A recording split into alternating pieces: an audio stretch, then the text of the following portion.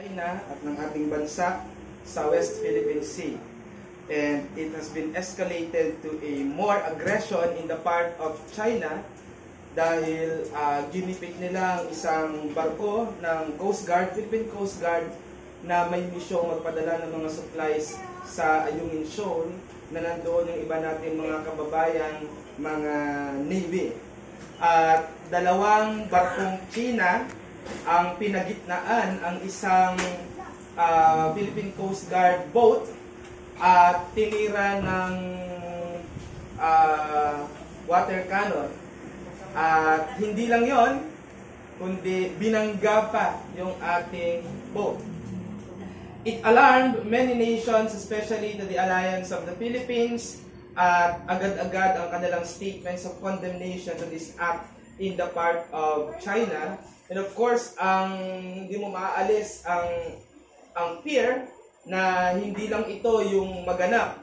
Well, in fact, the President of the People's Republic of China, Xi Jinping, told their military to prepare for military action in case na mag-escalate ang conflict sa West Philippine Sea. And that is an indication of a possible war in the parts of these contesting countries. At ano ba naman ang panama ng isang maliit na bansa with a not so great army compared to that which is in China? But regardless, kahit sabihin natin na tayo ay maliit at hindi natin may pagmamalaki ang ating sariling puwersa laban sa China, makikita mo pa rin ang paninindigan ng ating bansa, ng ating gobyerno na sabihing atin ito, at kahit anumang mga malalaking mga bansa ang magagawan dito, sabi nga ni Ferdinand Marcos sa kanyang speech sa Australian Parliamentary, we as a sovereign country will not permit any country to get even a square inch of our territory. So that is a very good way of taking action para hindi maagaw sa atin yung para sa atin ay precious. And in the faith ay may ganyan ding tawag sa atin. Tayo bilang mga mananampalataya ay malaman natin ano ang precious sa ating paningin bilang mga Kristiyano at ano yung priceless at bakit hindi dapat natin ito i-give up. I would invite you to stand and open with me to the book of Genesis, chapter 26, verse 6 to 11. We will now continue in our series of Genesis, and we will be reading from chapter 26, verse 6 to 11 of the book of Genesis.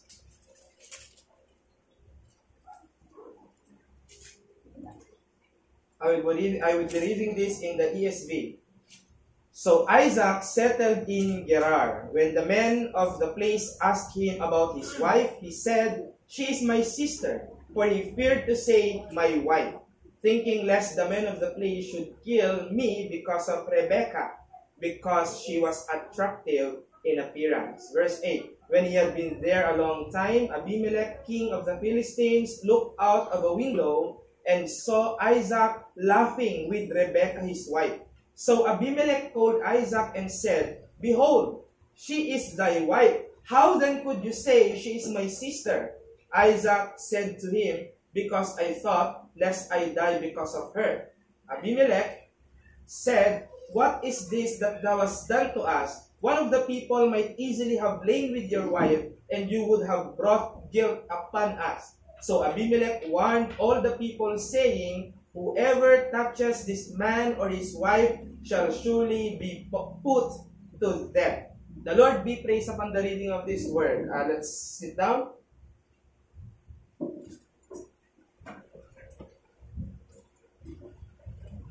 Sa mga susunod na verses which will be covered next week, magpapakita si Yahweh kay Isaac sa kontekstong ito, pero wala tayo dyan ngayon.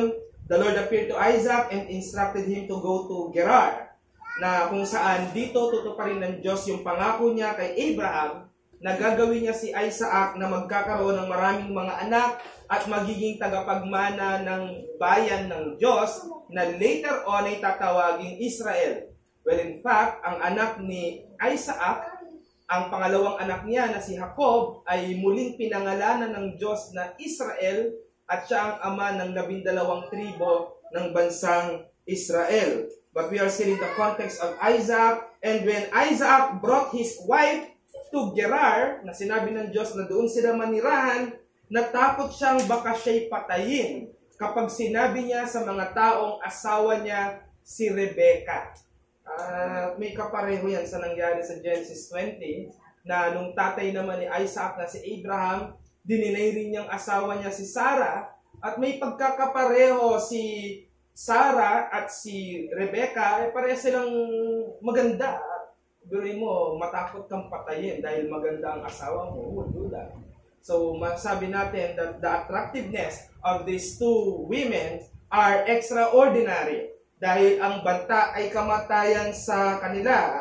Yung parehong kasalanang ginawa ni Abraham ay ginawa rin ni Isaac dito sa ating teksto. At yung hari na kung saan ay nag-confront kay Abraham ay si Abimelech din. At ang hari na kung saan ay nag-confront naman kay Isaac, ibang generation na ito, ay si Abimelech ulit. May question, is it the same Abimelech that confronted these two people in different generations? Obviously not. Abimelech simply means son of a king. So Abimelech is a title of a king during this time in the land of Gerar. At yung Gerar na kung saan dito nanirahan si Isaac, dinala niya ang kanyang asawa at dito naghahari sa Abimelech, ay pinalitan na ng pangalan ngayon. At ang pangalan na ng Gerar ay Gaza ng Israel. Ngayon ay pinagtatalunan kung dapat sakupin ng Israel dahil napabagsak nila ang Hamas. Ganyan kaganda ang bilin. Kung titingnan natin ang tekstong to, ang Gaza ay sa Israel. Binigay sa ating text. Diba? So, if they are going to consider this as a reality of historical figure. But the Philistines saw the attractive beauty of Rebecca. Maganda, nakakalingon. Ito yung gandang mapapalingon. Ang sino man ay ganyan dinidescribe ang kagandahan ni Rebecca. At dahil siya'y asawa ni Isaac, natakot si Isaac na kapag sinabi niyang asawa niya ito, agawin sa kanyang asawa niya at siya ay patayin. At si Abimelech na nangyaring sinilip ang totoong kalagayan, kung talaga bang nagsasabi ng totoo itong si Isaac, nakita niyang si Isaac at si Rebecca ay masaya na nagtatawanan at kanyang na-figure out na nagsisinungaling itong taong ito. Hindi niya kapatid ito. Asawa niya ito. At nung nalaman ni Abimelech na nagsinungaling si Isaac, ay agad niyang kinonfront si Isaac at binantaan ng lahat ng taong kanyang sinasakupan, mamamatay ang sino mang gumalaw kay Isaac at sa kanyang asawa. Ang kaso sa ating pinag-aaralan at binasang teksto, sinners who are afraid to die will not hesitate to give up the most valuable treasures or possessions they possess just to live. Kaya nga kapag ikaw ay na-hold up, kahit gaano kaganda ang cellphone mo, kahit iPhone 15 Pro, ano pang mga salitang susunod doon, ay ang kapalit ay buhay mo, you would rather give up that mobile phone that is most valuable to you in exchange of your life. And we as sinners, when we are being threatened of death, ay sa ating pagkamahina, susuko natin ang higit na pinakamagandang ating tangan. The believer's priceless possession is Christ. There's no argument in that. But growing fear, this is the reality. There is a growing fear amidst us. Na itong growing fear na ito, it gives space for darkness, to cover the beauty of our Lord. Yung growing fear, ang ginagawa sa ating mga mananampalataya, binibigyan ng kadiliman ang minsang liwanag na atin ng natanglawan. Ang kagandahan ng ating Panginoong Jesucristo, bagay na hindi makita ng iba. Kaya ang umaagaw sa Kristyanismo sa kanyang pagkamasaya sa pananampalataya ay ang namumuo at lumalagong takot, bunga ng kawalan ng pananampalataya. Mensahe ko sa inyo ngayong umagang ito, growing fear of guards the joy in life with Christ. Ganun lang kasimple. Ang lumalagong takot ay inaalis ang ating kasiyahan ng buhay kay Hesukristo. Dalawang paksa o dalawang punto ang ating pag-aaralan tungkol dyan. Una, maling takot. Erroneous fear. Meron pala nun. Merong maling takot na nagagawa ang Kristiyano na umaagaw ng kanyang kasiyahan sa pagiging Kristiyano. Erroneous fear. And second, fear out of faith. Tamang takot. Ito yung tamang takot. Hindi ko sinabing dahil mananampalataya ka na walang ka na ng takot, sunggaban mo lahat at huwag kang matakot na mamatay kahit kita mo na yung laki ng bunganga ng alligator o ng crocodile, huwag kang matakot dahil Kristiyano ko. And I'm not saying that. What I'm saying is that there is a kind of fear that off guards our joy in the Lord, and there is a kind of fear that we must develop as true Christians. Let's go first to the first point, erroneous fear. Verse 6 to 9. Sabi ng 6, thinking lest the men of the place should kill me because of Rebecca, because she was attractive in appearance. Ito yung kinonfront siya. Ay, Isaac, asawa mo siya. Bakit ka nagsinungaling? Bakit mo ito ginawa? Yung pagsasabi mong siya'y kapatid mo, pwedeng-pwede na siyang agawin ng kahit sino sa'yo. At siya ay halayin. Yan ang sabi ng haring si Abimelech sa kanya. At ang katwiran ni Isaac, iniisip ko kasi na kapag sinabi kong asawa ko siya, patayin ako sapagkat siya'y tunay na maganda. Kung ikaw ay babae at pinakilala ka ng iyong kasintahan o asawa na, kapatid ko po, makipag-break. Dito, may kita natin, naging ganon, kaduwag si Isaac. At hindi niya naipaglaban, hindi niya naipakilala ng tama na ang babaeng ito ay kanyang asawa. At ang ginawang katwiran ni Isaac, maganda si Rebecca, at dahil sa kagandahan ni Rebecca, ito'y nakakatakot. May ay sabihin sa iyo, masyado kang maganda, nakakatakot ka. Ganito ang nangyari kay Isaac, takot na maaaring agawin sa kanya at patayin siya. Kung tutusin, hindi siya takot maagaw sa kanya. Takot siyang mamatay siya. Yun yung klase ng kasalanan na ipakita dito ni Isaac. Yung kaugnayan nito sa panahon natin, kapag ikaw ay bumili ng latest iPhone, kaya nga sinabi ko kanina, I think the latest iPhone is 15, no? i15. Bagamat ito ay maganda, pero dahil sa kagandahan nito, hindi ka pupunta sa Quiapo para mag-cellphone sa kalye. Dahil natatakot ka na maraming mga mata ang makakita at ang mga magnanakaw ay akitin ito at kunin ito sa iyo. Ang malala pa ay tusukin ka ng ice pick dahil doon. Meron ako dating katrabaho na ako'y nasa Espanya. Pagpasok niya sa trabaho, hindi niya alam na may nakasaksak sa kanya ng ice pick. Hindi niya naramdaman. Agad siyang dinala sa ospital. Ang pinakamalapit na ospital ay St. Luke's. Dahil ang St. Luke's ay nasa Irod lang. Ang Espanya ay nasa kadugtong ng Irod. Sa mga nakakaalam sa mga kalye sa Maynila.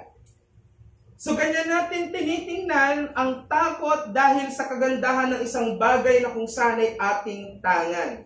Kaya kapag ang isang bagay na may great value ay nakita ng lahat, everybody wants it. Kaya nga may mga taong kinaiingitan dahil mayaman.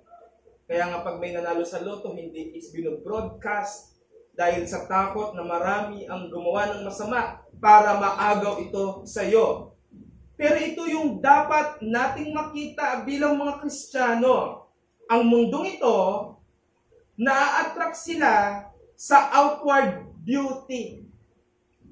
Wala silang pakialam sa inward beauty. Naalala ko, may nanonood akong katrabaho, pero masapul ka ito. Pasensya ka na, naisip kitang gamitin. Pero hindi kita pangangalanan. Sabi niya, TL, wala kaming pakialam kung masama siya o mabuti. Ang pakialam namin, maganda siya. So may mga tao na talagang vocally, sinasabi nila yon. Meron namang hindi nila yung sinasabi, pero yung kanilang preference, nagpapakitang ganon ng kanilang standard. Ang mundong ito ay hindi nakatingin sa inward beauty, kundi sa outward at temporary pleasures. At hindi inward and everlasting. Meron dalawang magkaibigan na pumunta sa isang thrift shop.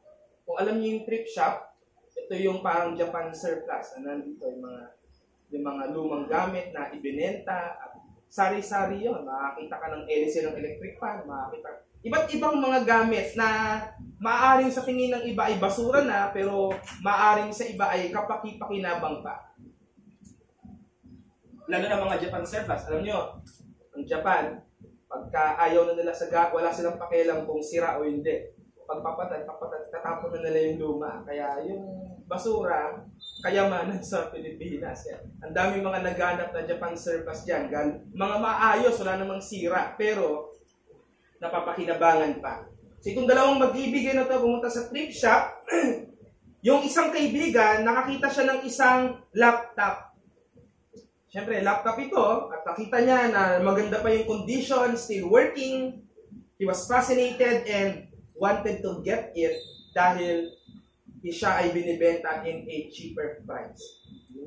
Laptop mo yung pinakamura ay nasa 30K. At makapunta ka sa thrift shop o sa mga repair center, bibigyan ka ng laptop na 2,500, 3,000 na ang laki-laki ng binawas.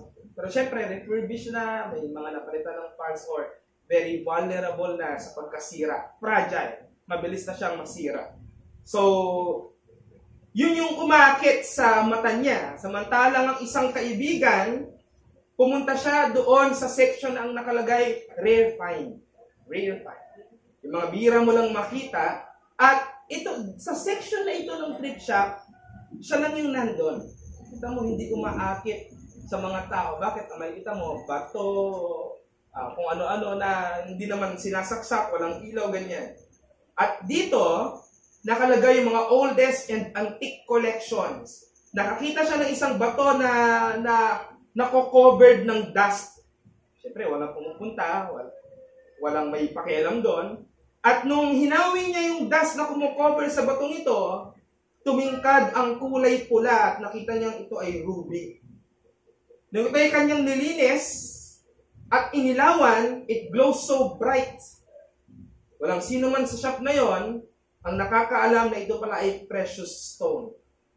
At hindi rin ito yung most attractive sa shop na yon. Dahil nga, yung mga tao nasa electronics, nasa appliances, sino ba naman ang mag-aakala na may nagtatagong gem sa lugar na ito? At syempre, bagamat hindi ito yung most attractive, ang nagpo-possess nito ang may most expensive possession.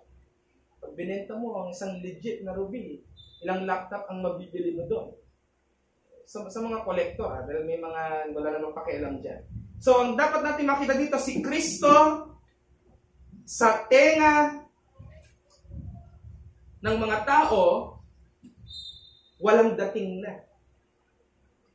Pag si Kristo ang ibinita mo, wala nang dating sa kanila ito.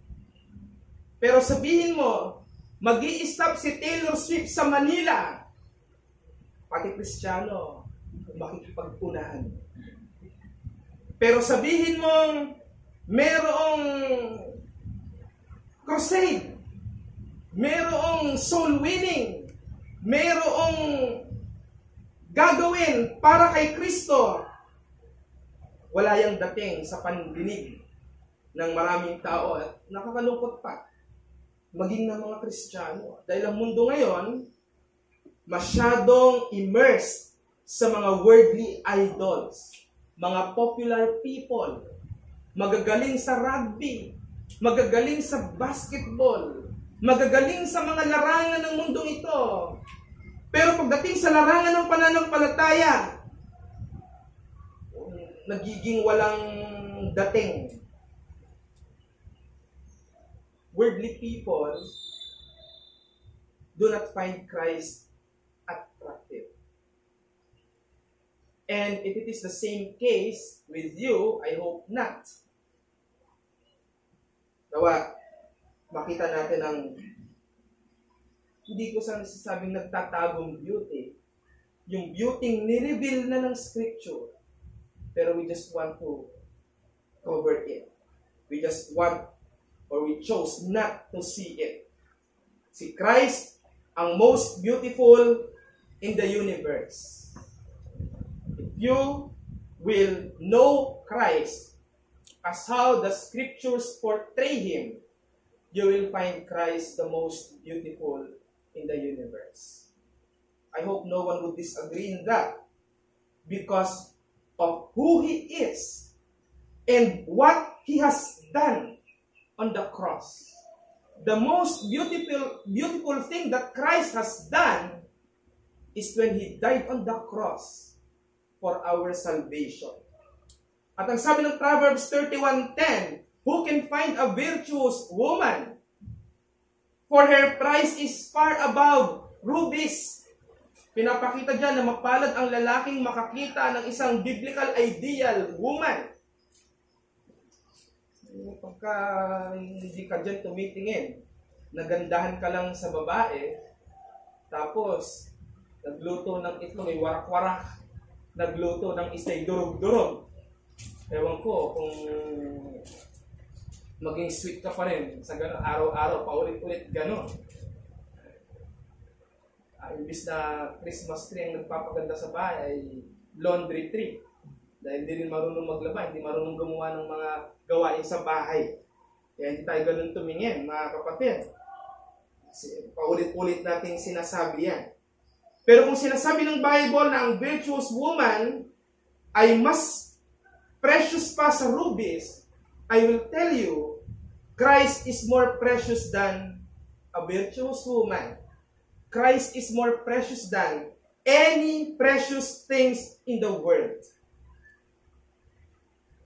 The beauty of Christ in holiness and righteousness makes the sinful world so hateful to Him and to His followers.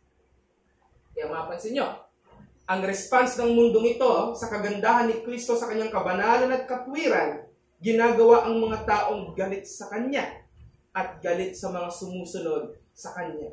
Yung mga taong mahal nila ang kasalanan nila. Yung mga taong hindi nila maiwan ang kanilang maling gawa.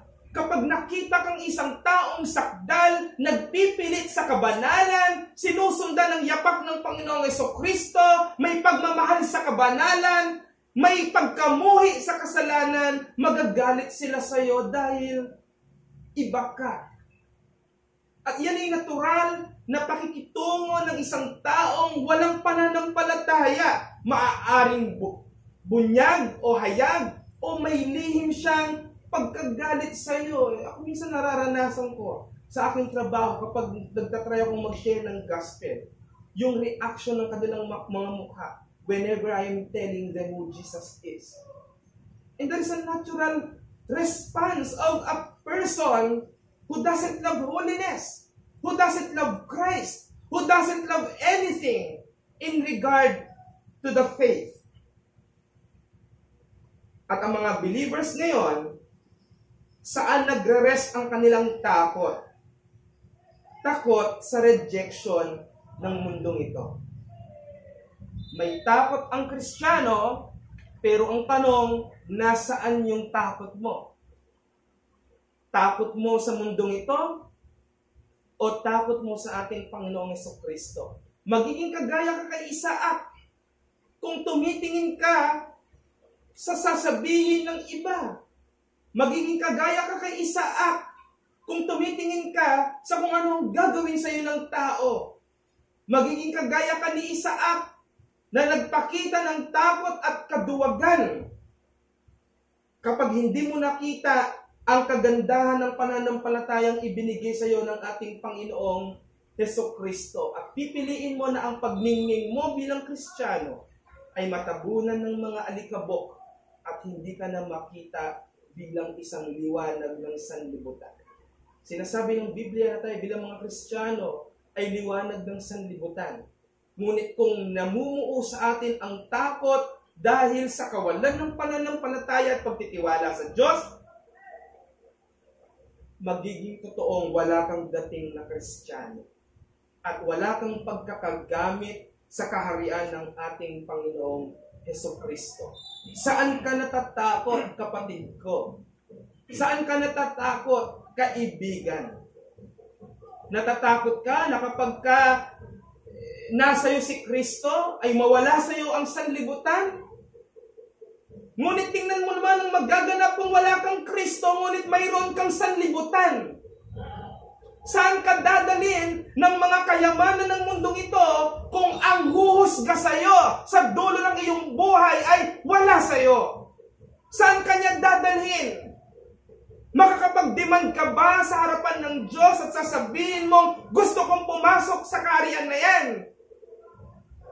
Samantalang siya ang may kapangyarihan lamang na dalhin ka doon at hindi ka dalhin doon.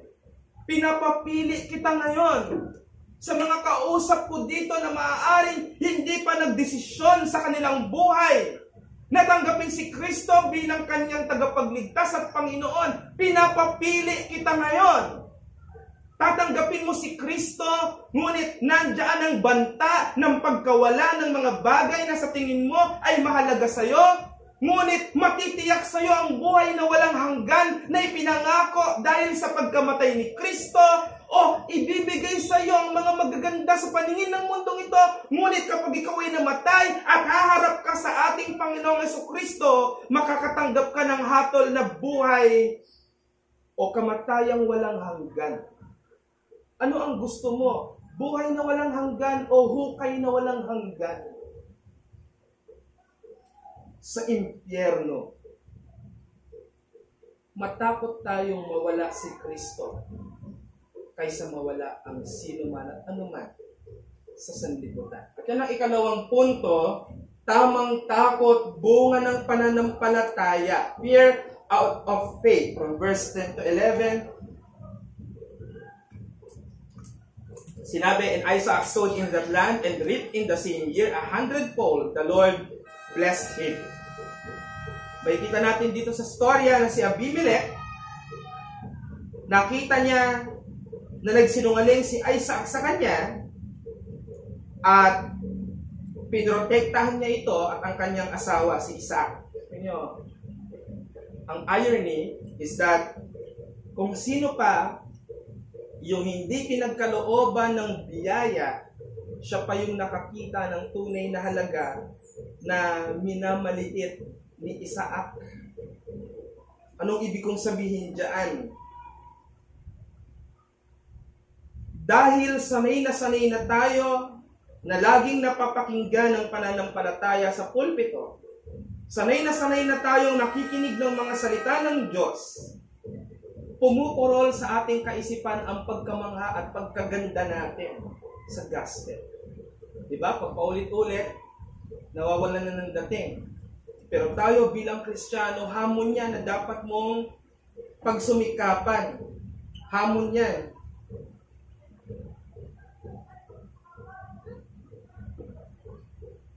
Wait pa.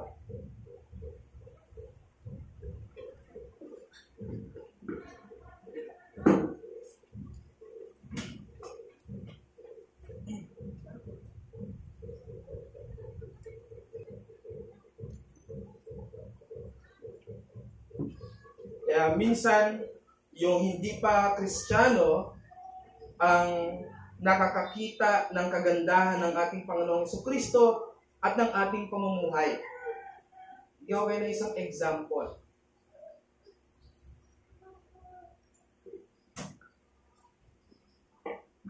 Sensya kaya emergency na. said, when we are so used to see the beauty of our faith in Christ, others who are not in Christ can see the good and beauty of it more than us. And it shouldn't be. Tayo ang binuksan ng ating pangunawa. Tayo ang binuksan ng puso natin na mas lalong makita ang kagandahan ni Kristo higit sa pagkakakita ng ibang mga tao. Tayo dapat ang nasa ganoong kalagayan. At dito sa istorya, yung hari pa na hindi naman mananampalataya ang nakakita ng halaga ni Rebecca. Samantalang si Isaac na pinamanahan ng Diyos, pinangakuan ng Diyos, siya pa yung takot. At tila ba hindi niya hawak sa kanyang kamay ang grasya at pabor ng ating Diyos. Para kung isang tao na may hawak kang baril at ang kalaban mo, kamaulang niya ang panlaban niya sa iyo. Ngunit takot na takot kang matalo. Samantalang nasa iyo yung greater advantage. Anong nasa isip ng gantong tao? Wala sa kanyang isip yung kanyang bentahe. Ang nasa isip niya, takot siya sa atake. Ganun na isang Kristiyanong hindi ginagamit ang biyaya. Hindi ginagamit ang kasangkapan ng biyaya. Takot na takot sa pag-practice ng kanyang pananampalataya. Dahil hindi siya nakatingin sa ganda ng Panginoong Jesucristo, nakatingin siya sa banta ng sanlibutan. Nasa tamang pagtingin mo yan. Parang iyong buhay ay maging maganda at nakikita mo ang biyaya ng Diyos ay na-experience mo. As much as we would like to know why the godless king of Gerar protected Isaac, hindi natin alam yon, walang sinabi.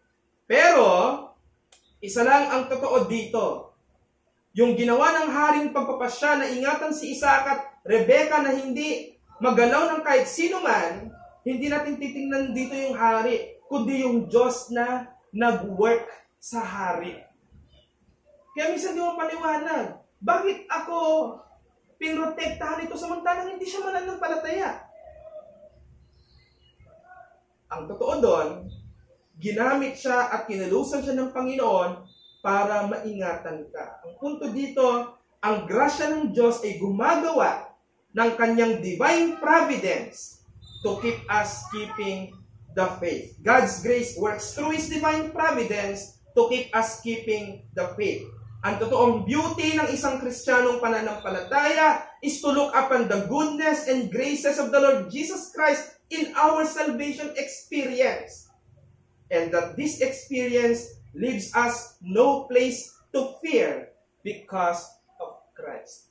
I have seen this gorgeous wallpaper in the mobile of my father nang nakalagay doon, let your faith be bigger than your fears.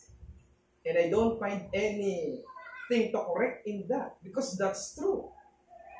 If you keep your faith so strengthened, if you will utilize the means of grace available to you already, it should cover all fears within you. Kaya tandaan natin, ganyan natin tingnan ang kagandahan ng ating Panginoong Jesucristo upang mawala ang takot at pangamba sa ating mga buhay. Minsan may mga pirata na nakakita ng isang shining beacon of light coming from an unknown island. At talagang different colorful lights ito. Iba-ibang kulay, so it's very attractive. Pero mayroong isang small boat na seemingly nasa darkness, hindi na alam kung saan sila pupunta, ay nakita rin itong ilaw na ito, pero hindi sila pupunta doon dahil alam nila maraming mga mas malalaking barkong pupunta doon. At maaaring hindi sila makita at masagasaan sila at lumubog sila. May ganyang senaryo dyan sa Julia Vargas. Meron isang estupidong nagmumotorsiklo na ano ba namang sumingit sa harapan ng isang 16-wheeler truck para lang makadiretso.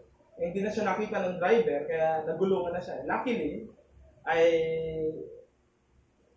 hindi siya natamaan. Napipi yung motor niya, pero siya hindi. Mabuti na lang at ganun na nangyari. Pero, that action is so stupid. Especially, if you're a licensed driver, you should know that. You don't do that. Kahit ano pang maging reason mo. And ito yung naging reason ng small boat. Ayaw niyang pumunta doon dahil maraming nakikipag-agawan. They will get hit by bigger ships who might have seen the lighthouse as well. Pero, nakakita yung small boat ng isang narrow passage na mayroong dimmer light. Just a single light. Dimmer light. Siyempre, ang parola, alam niyo yung ibig sabihin nun, may island. Pag may parola. So, dahil yun yung nag-iisang hindi napapansin, at kasya naman sila doon sa passage papunta doon sila pumunta. Samantalang itong mga pirates na pumunta doon sa colorful lights, habang sila ay papalapit na ng papalapit, hindi nila alam na sila ay babangga sa mga mababatong, matutulis na mga mababato bago sila makapunta sa pangpang, kaya doon pa lang, nasisira na yung mga ship nila at hindi na sila nakakatuloy. Kumbaga may bahura, alam niyo yung bahura? Yung bahura, dagat pa din siya, pero mababaw siya. Kasi may mga coral sa ilalim na nagpapababaw sa kanya. Yan nga yung pinag-aagawan ngayon ng China at ng Pilipinas. Just to tell you, it's not only China and Philippines na nagko-contest doon. Yung ibang mga countries sa Southeast Asia, ganun din. Yung problema lang, dalawang bansa ang pinakamainit dyan, tayo at yung China. Kaya kung tayo na naaangasan sa China, imagine mo na lang yung Vietnam, Malaysia na naaangasan din sa atin. Dalawa tayong nagtutunggalian doon. Samantalang sila, kiniklaim din nila yan. Ha? So, ganun ang nangyari. So, nasira itong mga malalaking boat nito at hindi sila makakatuloy.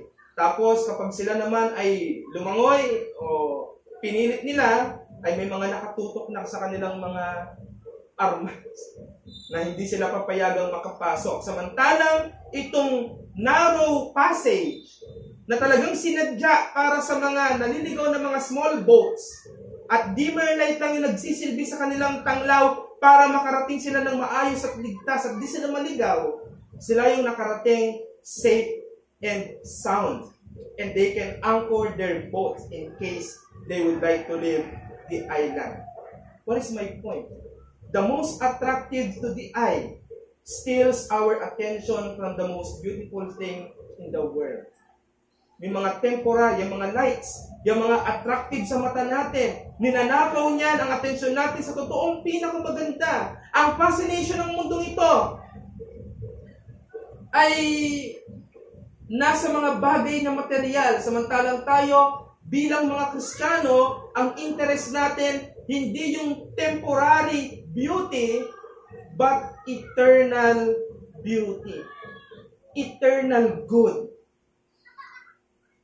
People may steal Rebecca from Isaac, but they cannot steal her heart beating for him. Rebecca loved Isaac. Kahit kunin siya ng ibang tao, hindi titibok ang puso niya sa ibang lalaki. At yan ang hindi nakita ni Isaac. Na itong babaeng ito ay nabubuhay para sa iyo. Ipaglaban mo siya. Ang pananampalatayang Kristiyano ang nagligtas sa iyo. Ipaglaban mo siya. Namatay si Kristo para sa iyo. Kung kinakailangan, mamatay ka rin para sa Kanya. That's the call. People may have hindered you to come to Christ. But the fact that you are in Christ, they cannot separate you from this love of Christ. What does Romans 8:35 says? Who can separate us from the love of Christ? Meron ba? None. Kaya mga kapatid, be captivated by the beauty of Christ and be challenged to stand against all odds, if necessary, for the happier and more joyful Christian life. Our priceless possession is the Lord Jesus Christ. Don't sell Him in exchange for a temporal joy in this world. Learn to ponder upon the beauty of Christ. Learn to explore things that you haven't figured out yet about Him. Immerse yourself in that charming beauty of Christ. And that how He delivered you from such miseries and sure condemnation to hell. Do not let others steal that fact that is in you. Do not be captivated by things that can give you a temporary joy and will end up for you to be eternally in misery. Don't exchange Christ for anything in this world. We will respond in a great hymn called, I Would Rather Have Jesus. And this hymn is very good because it urges all Christians that to have Jesus Christ is to have everything. But to have this world without Jesus Christ is to have nothing. So let's sing it responsibly, joyfully, as a response of the preaching, for the preaching of the word. Let's go to the Lord in prayer. Panginoong Diyos, Ama ng aming Panginoong Jesucristo, nagpapasalamat kami sa pag-ibig mo sa amin sa umagang ito at naihatid po sa amin ang mensahe ng iyong salita na nagpapakita na ang aming pagkatakot ang nagnanakaw ng kasiyahan ng pananampalatayang ibinigay mo na sa amin. Kami ang responsableng huwag itong mangyari sapagkat kami ay may bahagi sa aming kristyanong paglago. Maraming salamat po, Panginoong Jesucristo, sa iyong kagandahan. Namatay ka para sa amin sa krus ng Kalbaryo. Ang lahat ng ito ay walang makatutumbas. Kaya hayaan mo na lalo kaming lumahalim sa pagkaunawa sa iyo, sa ginawa mo at sa mga ginagawa mo pa sa amin. Aming Diyos na banal na Espiritu, salamat sa pagpakabanal mo. Salamat sa hindi mo pag-iwan sa amin. Salamat sa patuloy mong pagpapaunawa ng mga salita ng Diyos na salita ng buhay. Nagbibigay ng pag-asa, nagbibigay ng kasiyahan sa mga pagkakataon o panahon na kinakain kami ng kadiliman ng mundong ito. Muling nananaig ang liwanag ng salita mo sapagkat ito ay nagagamit namin at tunay nito ay buhay at kumikilos sa aming mga buhay bilang mga Kristiyano. Maraming salamat po, Ama, Anak at Espiritu Santo, sa walang hanggan mong pag-iingat at patuloy na pagkikip sa amin sa piling mo at sa covenant na kung saan i-establish mo mula pa, Panginoon, sa panahon ni Abraham. Maraming salamat po. Patawarin niyo kami sa mga pagkulang at mga kasalanan namin. Ito po ang aming samot dalangin sa pangalan ng Panginoong Hesus.